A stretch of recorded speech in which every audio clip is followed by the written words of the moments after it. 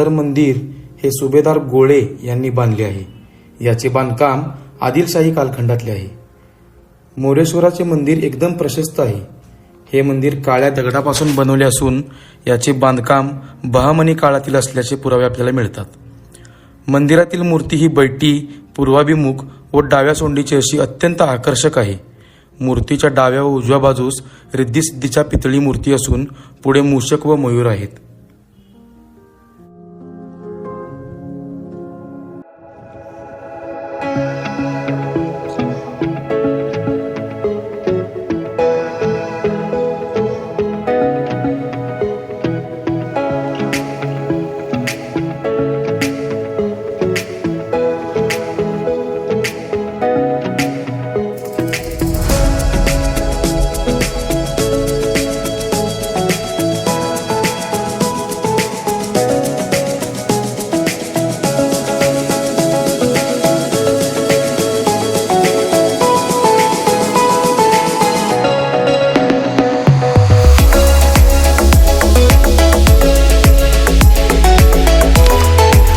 त्यानंतर आपण मोरगावमधून सुपे, पाटस, दौंड मार्गे सिद्धटेकला पोहोचलो.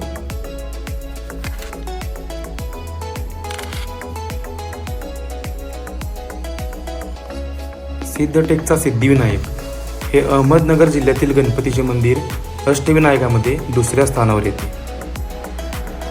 श्री विष्णूला सिद्धी प्राप्त करून देणारा आणि प्रत्येक कार्यसिद्धीस नेणारा हा सिद्धिविनायक संपूर्ण अष्टविनायकांपैकी उजव्या सोंडेचा एकमेव गणपती आहे. पेशवेकालीन महत्त्व लाभलेल्या या मंदिराचा गाभारा पुण्यश्लोक अहिल्याबाई होळकर यांनी बांधला. देवाचे मखर पितळेचे असून सिंहासन पाषाणाचे आहे.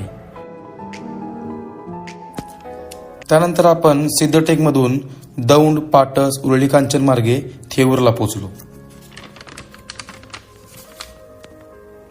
थेऊरचं चिंतामणीचे मंदिर हे पुणे जिल्ह्यात येते. या मंदिराची अशी आख्यायिका आहे की ब्रह्मदेवाने आपले चित्त स्थिर करण्यासाठी गणपतीची या जागी आराधना केली. त्यामुळे या गावाला थेऊर असे नाव पडले. आणि इतिहास असा सांगतो की श्री मोरया गोसावी महाराज यांना थेऊर हे गाव इनाम असून सदर मंदिराची बांधणी श्री धरणीधर देव महाराजांनी बांधले. 100 वर्षानंतर पेशव्यांनी तेथे भव्य व आकर्षक मंदिर व सभागृह बांधले. हे मंदिर पूर्णपणे लाकडापासून बनवले आहे. त्या काळी हे मंदिर बांधायला 40,000 रुपये लागले होते. वयाच्या 27व्या वर्षी माधवराव पेशव्यांना क्षयरोग झाला तेव्हा त्यांना इथेच आणण्यात आले. या गणपतीसमोरच त्यांची प्राणज्योत मालवली आणि त्याचबरोबर मोरया गोसावी यांना इथे सिद्धी प्राप्त झाल्याचे सांगितले जाते. आणि त्यानंतर आपण तळेगाव, लोणावळा करून खोपोली मार्गे पालीला पोहोचलो.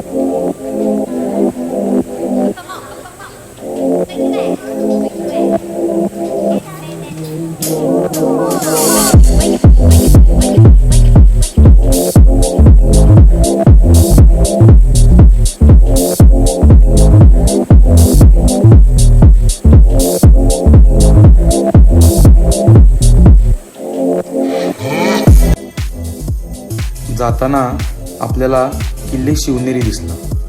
त्याचे दर्शन करून आपण पुढची वाट पकडली.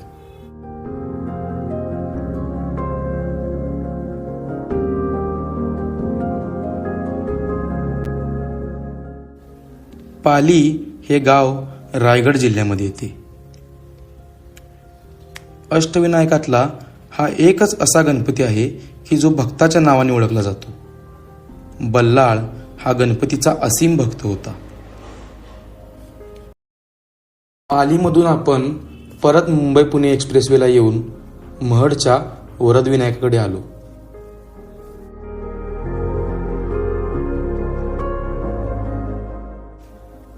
हे रायगड जिल्ह्यातील गणपतीचे देऊळ आहे. अष्टविनायकातला चौथा गणपती म्हणून हा ओळखला जातो.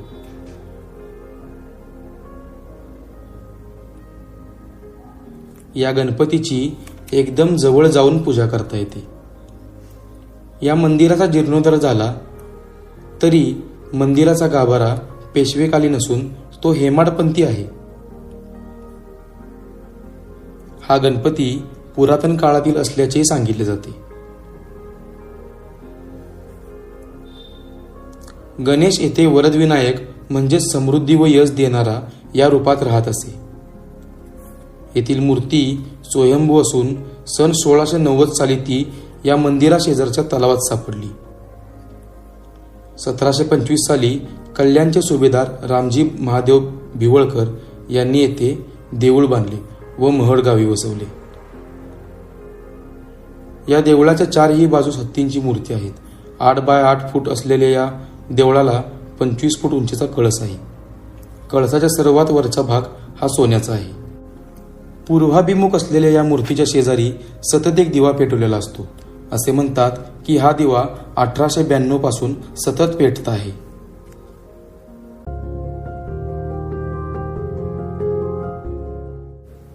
लेण्याद्री बुद्ध लेणी ही पुणे जिल्ह्यातील जुन्नर तालुक्याच्या जवळपास असून सर्व बाजूंनी सह्याद्रीच्या डोंगरांनी वेढलेली आहे. त्यातील 8व्या लेणीमध्ये गिरिजात्मकाचे देऊळ आहे.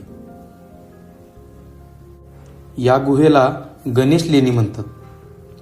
मंदिरात येण्यासाठी 307 पायऱ्या चढाव्या लागतात. या मंदिराचे वैशिष्ट्य म्हणजे हे एका अखंड दगडापासून बनले आहे.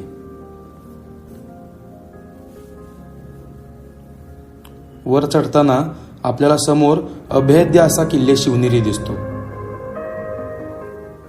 त्यानंतर आपण नारायणगाव मार्गे ओझरला गेलो.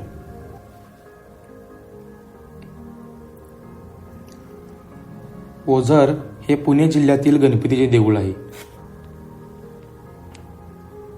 अष्टविनायकातील 7वा गणपती म्हणजे ओझरचा विघ्नहर.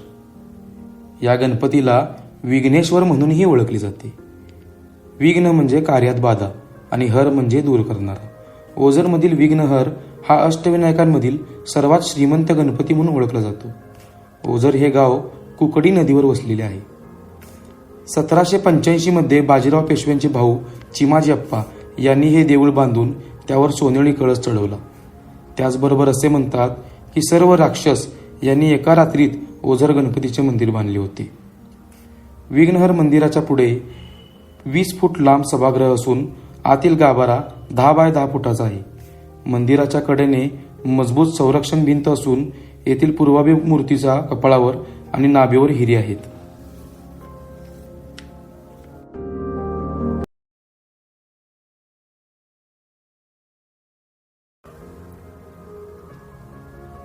रांजणगावचे श्री महागणपतीचे मंदिर हे पूर्वाभिमुख असून मुख्य रस्त्याच्या उजवीकडे आहे. दक्षिणायन आणि उत्तरायण यांच्या मध्य काळात सूर्याची किरणे मूर्तीवर पडतील अशी मंदिराची वैशिष्ट्यपूर्ण मांडणी केली आहे.